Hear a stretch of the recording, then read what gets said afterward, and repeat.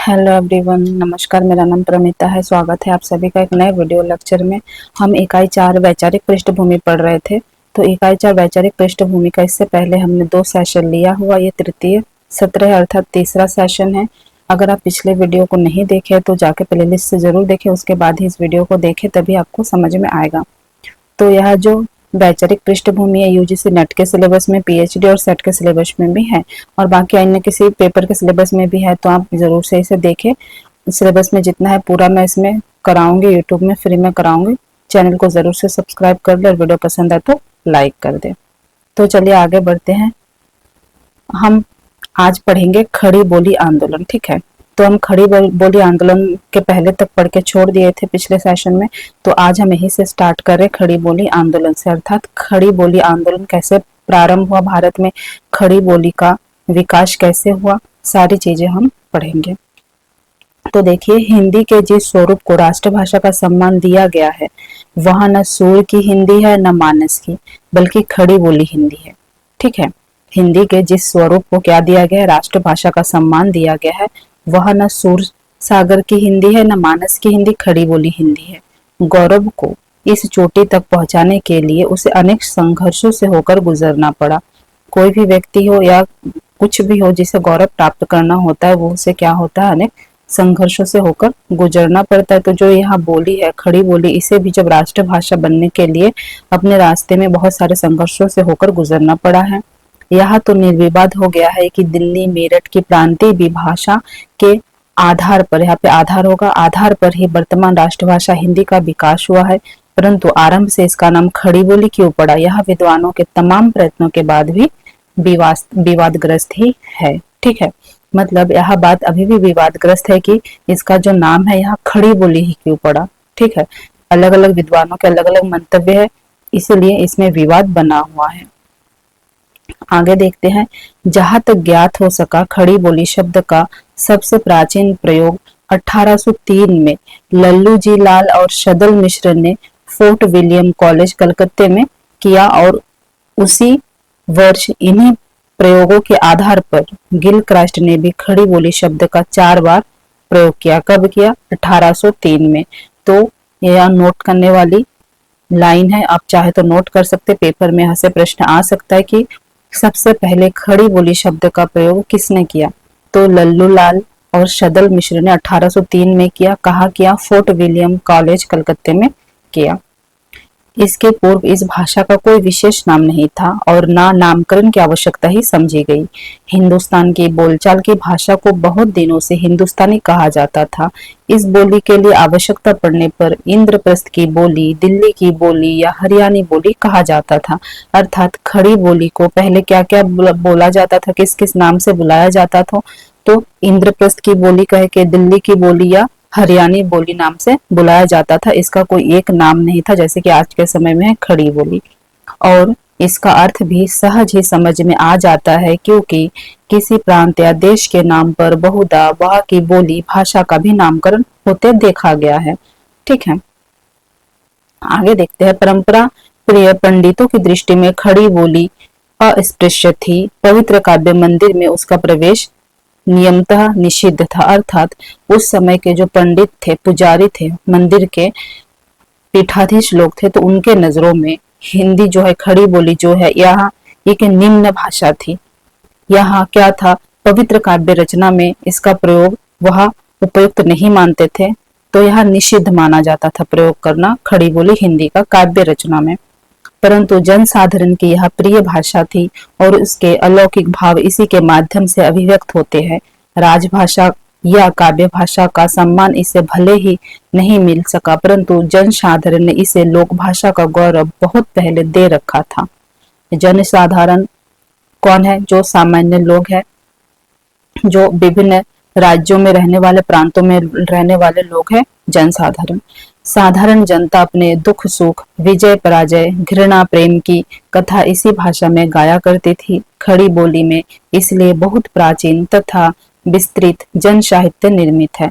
तो बहुत ही प्राचीन समय से, पहले के समय से ही जो खड़ी बोली है लोगों का एक क्या है, प्रिय भाषा रहा है। लोग अपने जो दुख सुख की बातें है, जो प्रचलित अंचल प्रचलित जो गीत है, लोकगीत है वह सब इसी भाषा के माध्यम से व्यक्त करते थे। लेकिन पंडित जो है मंदिरों में इस भाषा के प्रयोग को निषेध मानते थे। विशेष पर्व, उत्सव, ऋतु में गाए जाने वाले ग्राम गीत के अलावा इस बोली के गद्य पद में रचित स्वांग, भगत, खंड आदि परम रोचक और अवलोकनीय अभिनयों द्वारा हरिद्वार, कनखल, जौलपुर, मेरठ, मुरादाबाद, बुलंदशहर, हाथरस और आगरा आदि स्थानों की जनता अपना मनोरंजन करती थी। तो आम बोलचाल की भाषा थी और आम बोलचाल की भाषा होने के कारण लोग इसी में जो ऋतु गान होता है उसे इसी में गाते थे। उत्सव पर्व के समय जो संगीत गाया जाता था वह भी इसी में गाया जाता था।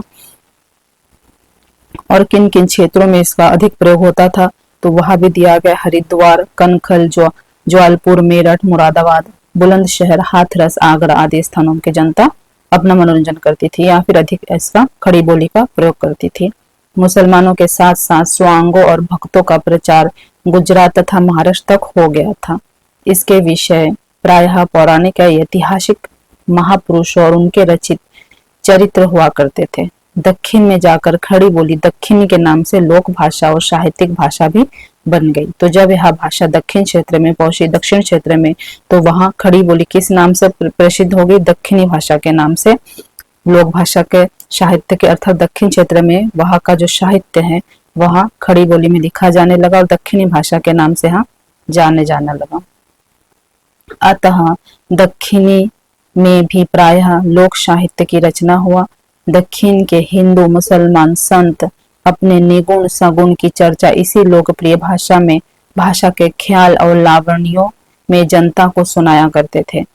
इसका दूर दूर तक प्रचार था। औरंगजेब की मजहटी कट्टरता के कारण स्वांगों और नवटंकियों के नाच तमाशों का अवश्य हास हुआ।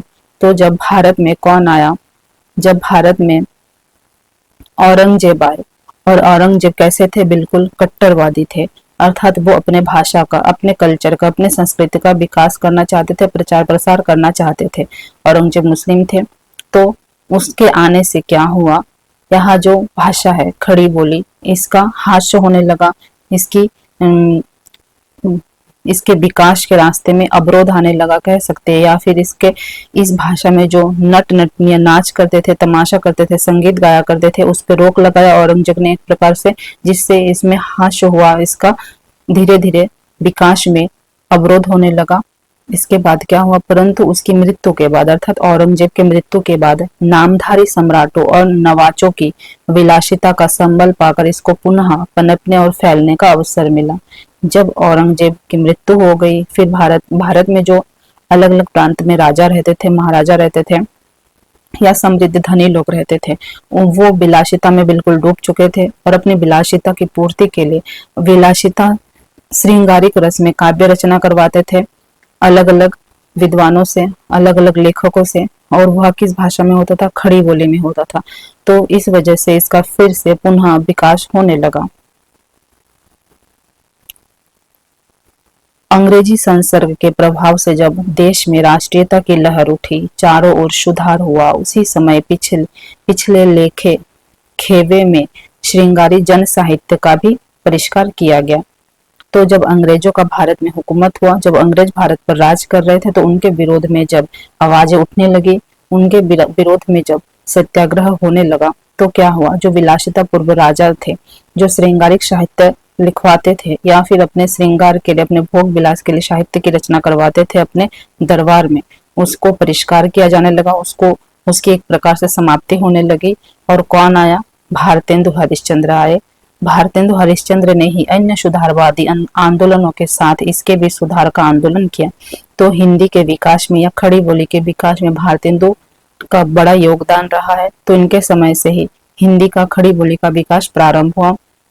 तो उन्होंने क्या किया? श्रृंगारिक जन साहित्य को परिष्कार किया और भारतेंदु ने क्या? सुधारवादी आंदोलन के साथ उनके सुधार का भी आंदोलन किया भाषा के। फलतः हरिश्चंद्र काल में नए ढंग से सुधारवादी लोकगीत रचे गए। इसके अलावा वह प्रचार साहित्य भी जन साहित्य के अंतर्गत ही है। जो प्रचार साहित्य है वह क्या है, जन साहित्य के अर्थात अंतर्गत ही है, अर्थात वह जिस भाषा में प्रचार प्रसार किया जाता था वह कौन सा भाषा था, जन साधारण का भाषा अर्थात खड़ी बोली था, जिसकी रचना ईसाई धर्म प्रचारकों तथा आर्य समाजी प्रचारकों ने की थी। इस सुधारकों और प्रचारकों ने लावनी, गजल, होली, दादरा, ठुमरी, कजरी आदि विविध लोक प्रचलित गीतों में अपना मंतव्य प्रकट किया। ठीक है, तो इन सुधारकों और प्रचारकों ने क्या किया, लावनी, गजल, क्या क्या लिखा, लावनी लिखा, गजल लिखा, होली गीत लिखा, दादरा, ठुमरी, कजरी आदि विविध लोक प्रचलित गीतों में अपना मंतव्य प्रकट किया। आगे 19वीं शताब्दी के पहले से ही खड़ी बोली की रचनाएं मिलनी शुरू हो गई थी। इसके बाद फोर्ट विलियम कॉलेज ने इसमें अपनी महती भूमिका निभाई। फोर्ट विलियम कॉलेज कहाँ पे, कलकत्ता में। 1803 ई में लिखी गई लल्लू लाल की रचना प्रेम सागर और सदल मिश्र की रचना चंद्रावती या नासिकेतोपाख्यान खड़ी बोली की पहली रचना है जो फोर्ट विलियम कॉलेज में लिखी गई है। महत्वपूर्ण है, नोट जरूर कर ले।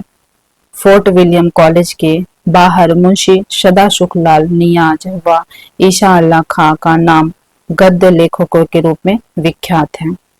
किनका नाम, मुंशी सदाशुखलाल, या फिर इन्हें नियाज नाम से भी जाना जाता है सदाशुखलाल को, या ईशा अल्लाह खां का नाम गद्य लेख में के रूप में विख्यात है।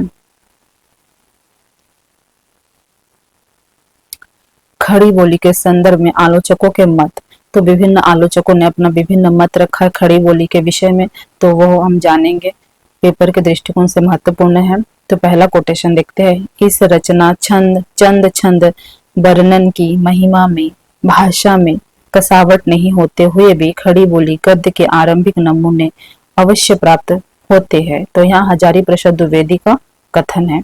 ठीक, याद कर लेना। स्लाइड बदल गया, एक मिनट। अगला आचार्य रामचंद्र शुक्ल की देखते हैं, कथन क्या है, चंद छंद वर्णन की महिमा खड़ी बोली गद्य की प्रथम रचना सिद्ध होती है। यहाँ क्या कह रहे हैं कि चंद छंद वर्णन की जो महिमा है वह खड़ी बोली गद्य की प्रथम रचना सिद्ध होती है, अर्थात चंद छंद रचना को शुक्ल जी गद्य में प्रथम मानते हैं। आगे इसकी भाषा प्रचलित तत्सम शब्दावली से युक्त है। इसकी भाषा कैसी है, प्रचलित तत्सम शब्दावली से युक्त है। यहाँ रामचंद्र शुक्ल जी का कोटेशन है। खड़ी बोली के संदर्भ में आलोचकों के महत्वपूर्ण कथन, तो शिवदान सिंह चौहान क्या कहते हैं कि हमारी दृष्टि में हिंदी साहित्य के इतिहास में केवल खड़ी बोली में रचित हिंदी साहित्य ही परिणित होनी चाहिए। हिंदी साहित्य के 80 वर्ष में कहा, तो हिंदी साहित्य का 80 वर्ष किसकी रचना है, शिवदान सिंह चौहान जी की रचना है। और उसमें इन्होंने क्या कहा शिवदान सिंह ने कि हमारी दृष्टि में हिंदी साहित्य के इतिहास में केवल खड़ी बोली में रचित हिंदी साहित्य ही परिणति होना चाहिए। आगे महावीर प्रसाद द्विवेदी का कथन देखिए, बोलचाल की भाषा खड़ी बोली की निंदा करना या उसे पुरस्कर्ताओं को लंगूर इत्यादि बनाकर ब्रज भाषा अपना गौरव नहीं बढ़ा सकती। तो उन्होंने ब्रज भाषा पर तंज कसा है महावीर प्रसाद द्विवेदी ने। रामस्वरूप चतुर्वेदी क्या कहते हैं कि सरस्वती पत्रिका के माध्यम से खड़ी बोली को कविता गद्य में संभाव से प्रतिष्ठित करने का ऐतिहासिक श्रेय महावीर प्रसाद द्विवेदी को है। तो रामस्वरूप चतुर्वेदी क्या कहते हैं कि जो हिंदी का विकास हुआ, जो खड़ी बोली का विकास हुआ, उसका श्रेय किसको दे रहे हैं, यहाँ पे महावीर प्रसाद द्विवेदी को दे रहे हैं। बच्चन सिंह का कथन देखिए, खड़ी बोली के लिए खड़ी बोली शब्द का प्रयोग संभवतः सबसे पहले लल्लू लाल ने किया। और यहाँ पे बच्चन सिंह का कथन है कि खड़ी बोली के लिए खड़ी बोली शब्द का सबसे पहला प्रयोग लल्लू लाल ने किया। बहुत ही इंपॉर्टेंट है। आगे देखिए बच्चन सिंह का और एक कथन है कि खड़ी बोली शब्द फोर्ट विलियम की टकसाल से निकला, सबसे पहले भाषा मुंशी लल्लूलाल सदल मिश्र ने इसका प्रयोग किया। ठीक है। प्रताप नारायण मिश्र का कथन, ब्रज भाषा ऊख है तो खड़ी बोली बास है। ब्रज भाषा ऊख है तो खड़ी बोली बास है। यह किसका कथन है, प्रताप नारायण मिश्र का कथन है। राधाचरण गोस्वामी के अनुसार, राधाचरण गोस्वामी क्या कहते हैं, खड़ी बोली रुद्र और नीरस है। यहाँ पे राधाचरण गोस्वामी खड़ी बोली को नीरस बता रहे, रुद्र बता रहे। जगन्नाथ दास रत्नाकर के अनुसार खड़ी बोली एक कृत्रिम और नीरस शैली है। जगन्नाथ दास रत्नाकर क्या कह रहे हैं? खड़ी बोली एक कृत्रिम और नीरस शैली है। जगन्नाथ दास रत्नाकर का और एक कथन, खड़ी बोली में कविता भाव का अभाव है, लालित्य के सदा लाले पड़े रहते हैं, प्रसाद प्रसाद काव्य गुण का पता नहीं, रस क्या है रस भाव भी नहीं, न अर्थ से अर्थ न मतलब से मतलब। यह कथन जगन्नाथ दास रत्नाकर का है। खड़ी बोली आंदोलन के समर्थक रचनाकार, तो यहाँ भी आप जरूर से नोट कर दे, समर्थक रचनाकार और खड़ी बोली आंदोलन के विरोधी रचनाकार। अर्थात किन किन आलोचकों ने, किन किन विद्वानों ने खड़ी बोली का समर्थन किया, उसके विकास में अपना योगदान दिया, और किन किन विद्वानों ने उसका क्या किया, खूब आलोचना किया। तो अयोध्या प्रसाद खत्री, श्रीधर पाठक, भारतेंदु हरिश्चंद्र, आचार्य महावीर प्रसाद द्विवेदी यहाँ समर्थक थे। आगे बाबू जगन्नाथ रत्नाकर, यहाँ कौन थे? विरोधी थे। राधाचरण गोस्वामी यहाँ भी विरोधी थे। प्रताप नारायण मिश्र भी विरोधी थे। बनारसी दास चतुर्वेदी विरोधी थे। खड़ी बोली आंदोलन, खड़ी बोली आंदोलन के विषय में जान लेते हैं कि खड़ी बोली आंदोलन का सूत्रपात 1887 में हुआ। कब हुआ? 1887, 1887। खड़ी बोली आंदोलन के प्रवर्तक अयोध्या प्रसाद खत्री थे। खड़ी बोली जो आंदोलन है, ठीक है, खड़ी बोली का जो आंदोलन है उसके प्रवर्तक कौन थे? अयोध्या प्रसाद खत्री थे। खड़ी बोली आंदोलन का समय नवंबर 1887 से अप्रैल 1888 था। खड़ी बोली के संदर्भ में विशेष तथ्य, तो आप विशेष तथ्य को जरूर से नोट कर ले। खड़ी बोली के संबंध में खड़ी बोली शब्द के प्रथम प्रयोक्ता लल्लू लाल है। खड़ी बोली शब्द के दूसरे प्रयोक्ता सदल मिश्र है। खड़ी बोली के प्रथम कवि अमीर खुसरो है। खड़ी बोली के प्रथम महाकवि अयोध्या सिंह उपाध्याय हरिऔध है। यहाँ पे कवि खुसरो है और महाकवि हरिऔध है। खड़ी बोली की प्रथम रचना चंद छंद वर्ण की महिमा है। खड़ी बोली की प्रथम गद्य रचना गंग कवि है। परिमार्जित खड़ी बोली की प्रथम रचना भाषा योग वाशिष्ठ है। आधुनिक खड़ी बोली की प्रथम कवि श्रीधर पाठक है। खड़ी बोली के प्रथम स्वच्छंदता कवि श्रीधर पाठक है। खड़ी बोली के प्रथम स्वच्छंद कवि कौन रहे हैं? श्रीधर पाठक।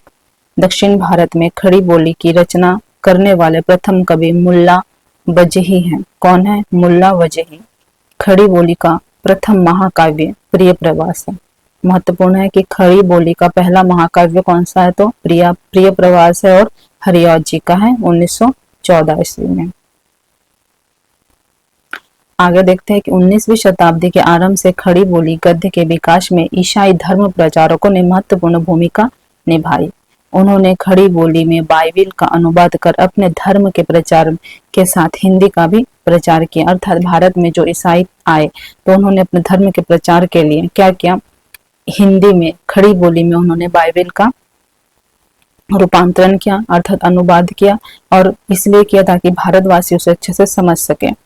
रूपांतरण करने की वजह से वो अपने धर्म के प्रचार के लिए यहाँ कर रहे थे, लेकिन इसके साथ साथ हिंदी का भी विकास हो रहा था।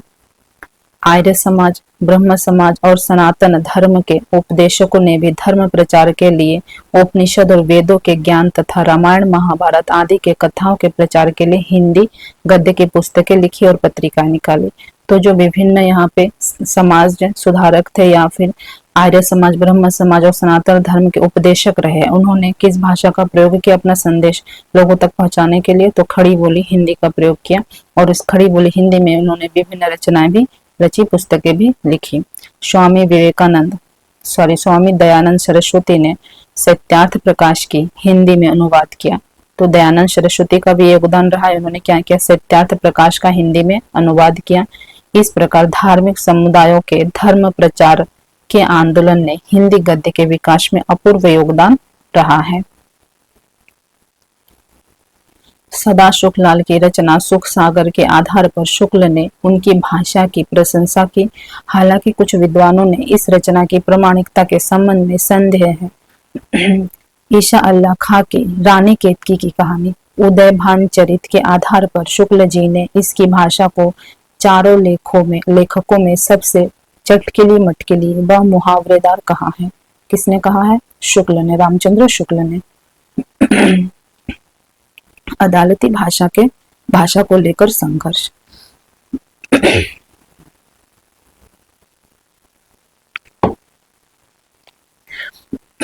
अदालती भाषा को लेकर भी संघर्ष हुआ, अर्थात खड़ी बोली को लेकर अदालत में भी बात पहुंची। और फिर क्या संघर्ष हुआ, क्या संघर्ष करना पड़ा लोगों को? 1836 में एक आदेश के आधार पर अदालतों में देशी भाषा का प्रयोग शुरू हुआ। कब? 1836 में। संयुक्त प्रांत उत्तर प्रदेश में भी फारसी के साथ नागरी लिपि का भी प्रचलन शुरू हुआ, लेकिन सांप्रदायिक दुराग्रह के कारण 1837 में उर्दू पूरे प्रांत की अदालती भाषा बन गई। कब बन गई? 1837 में। 1837 में क्या हुआ? सांप्रदायिक दुराग्रह के कारण, अर्थात संप्रदाय से संप्रदाय का टकराहट के कारण उर्दू जो है पूरे प्रांत की अदालती भाषा बन गई। हिंदी उर्दू को लेकर अंग्रेजों के भी दो दल बन गए। कुछ अंग्रेज चाहते थे कि हिंदी में प्रचार प्रसार हो, सब चीजों का हिंदी को महत्व दिया जाए। कुछ चाहते थे नहीं, उर्दू को। और जब भाषा में ऐसा विवाद हुआ तो लोगों में भी विवाद हुआ। यहाँ पे मुस्लिम और हिंदू जो है बंटने लगे आपस में, उनमें भी क्या होने लगा? दूरियां बढ़ने लगी। सर सैयद अहमद खान ने इस पूरे विवाद को सांप्रदायिक रंग दे दिया। किसने दे दिया? सर सैयद अहमद खान सांप्रदायिक रंग दे दिया। उनका समर्थन गारसादा ताशी ने किया। ताशी ने खुलकर उर्दू का पक्ष लिया तथा हिंदी का विरोध किया। गारसादा ताशी ने। उस कठिन समय में राजा शिव प्रसाद सिंह सितारे हिंद ने हिंदी व नागरी के पक्ष में अविस्मरणीय भूमिका निभाई। सन 1868 में उन्होंने फारसी लिपि के विरोध में सरकार को एक मेमोरेंडम भी भेजा। 1868 में किसने? राजा शिव प्रसाद सितारे हिंद ने। शिव प्रसाद जी ने शिष्ट हिंदी में कई ग्रंथों की रचना की। हालांकि वे अरबी फारसी के लदी उर्दू की ओर बाद में झुक गए। पहले उन्होंने श्लिष्ट हिंदी में कई ग्रंथ लिखे, लेकिन समय के साथ बाद में वो भी उर्दू फारसी की ओर झुक गए। शिव प्रसाद के बदले दृष्टिकोण व उनके उर्दू प्रधान अखबार बनारस बाद अखबार के विरोध में राजा लक्ष्मण सिंह सामने आए। उन्होंने अभिज्ञान शकुंतला 1862 में विशुद्ध हिंदी में अनुवाद किया। किसने? राजा लक्ष्मण सिंह ने 1862 में। आगे पंजाब में नवीन चंद्र राय हिंदी में ब्रह्म समाज का प्रचार कर रहे थे। नवीन चंद्र राय ब्रह्म समाज का जो प्रचार कर रहे थे पंजाब में, वह हिंदी में कर रहे थे। आगे दयानंद सरस्वती ने आर्य समाज के माध्यम से हिंदी का प्रचार प्रसार किया, अर्थात जो धर्म गुरु थे उन्होंने हिंदी का सहारा लिया अपने जो जिस भी वो समाज से जुड़े थे, धर्म से जुड़े थे, उसके प्रचार प्रसार के लिए। जैसे यहाँ पे नवीन चंद्र राय ब्रह्म समाज से जुड़े थे, इन्होंने पंजाब में हिंदी के माध्यम से प्रचार प्रसार किया ब्रह्म समाज का। दयानंद सरस्वती आर्य समाज से जुड़े थे और उन्होंने हिंदी के माध्यम से प्रचार प्रसार किया। 1881 में बिहार में हिंदी प्रचार की आज्ञा मिली। बेलारी के जिलाधीश जॉर्ज कैम्पबेल ने गवर्नर थॉमस मुनरो को पत्र लिखकर उर्दू को हटाने की मांग की। इस सब के बाद फारसी लिपि को हटा दिया गया। 1893 में नागरी प्रचारणी सभा की स्थापना हुई। फिर थोड़ा सा विकास हुआ आगे और 1893 में नागरी प्रचारणी सभा की स्थापना हुई।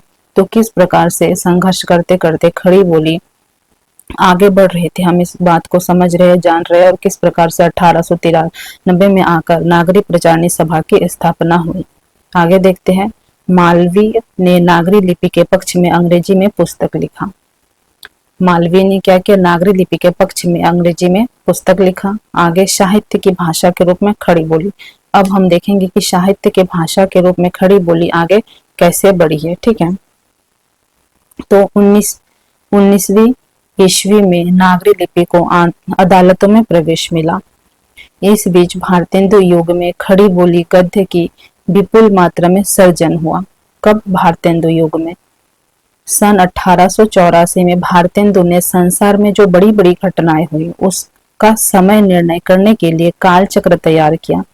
यह ऐतिहासिक घटना के कालांकन की सूची है। भारतेंदु ने इसमें नोट किया, हिंदी नए चाल में ढली सन 1873 में ध्यातव्य है, अर्थात ध्यान देने वाली बात है कि 1873 में ही हरिश्चंद्र मैगजीन का प्रकाशन आरंभ हुआ। तो भारतेंदु ने कालचक्र एक रचना रची या पुस्तक लिखा, जिसमें क्या हुआ, हिंदी में लिखा, संसार में जो बड़ी बड़ी घटनाएं हुई उसका समय इसमें निर्णय किया गया, लिखा गया।